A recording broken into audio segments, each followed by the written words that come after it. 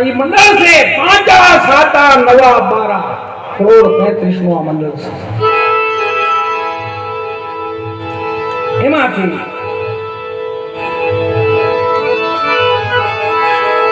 ધણી રામદેવજી મહારાજના લગ્ન આવે છે, લગ્ન લેવાય છે અને બાપાએ જીદ કરી કે જો મને ડાલીબાઈ ચાંદલો કરીને તો લગ્ન ને વધાવો. વાહ વાહ, અરે બાપા રે, મને ડાલીબાઈ ચાંદલો કરે તો હું લગ્ન વધાવો, તો મારે લગ્ન કરવાના. તો એ સમયના પંડિતો બ્રાહ્મણો નગરમાં હતા, પોકરાણગઢમાં એમને કીધું જો હરિજન સમાજ તમારા રાજમાં આવતા હોય તો અમે કોઈ નહીં. આવી જીદે વાત હોય ગઈ. અને બાપાએ કીધું નહીં હો બેન, મારા લગ્નને વધાવે તો જ લગ્ન કરું. અને બાપા રિહાણા હો રામદેવજી મહારાજને રીસ કરી અને પોતે દ્વારકા પાછા વહી ગયા. ક્યાં વહી ગયા? જ્યાં મૂળ જ્યાંથી આવ્યા હતા ક્યાં પાછા વહી ગયા.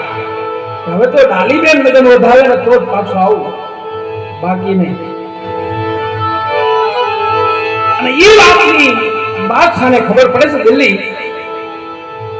કે અત્યારે મારવાડમાં વખો પડ્યો, વખો કેતા તજ્યો વખો પડ્યો છે અને અત્યારે સમય છે ચડાઈ કરવાનો.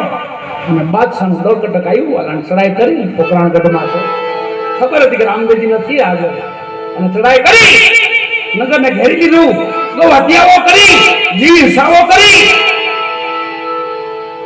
અને પછી વિદ્વાન માણસો પંડિતોને વિચારતો ઓહો આમાંથી તો કોણ ઉગારે, આમાંથી આપણને હવે કોણ ઉગારે. બધા મેલમાં આવ્યા, માતા મેલદેવ પાસે આવ્યા કે માં આમાંથી કોઈ રસ્તો ખરો? હવે જે રિહાના છે એને મનાવો પાછા તો થાય. જેને અમે તમે જીદ કરી અને એને રીસડી વૈયા છે એને પાછા મનાવો.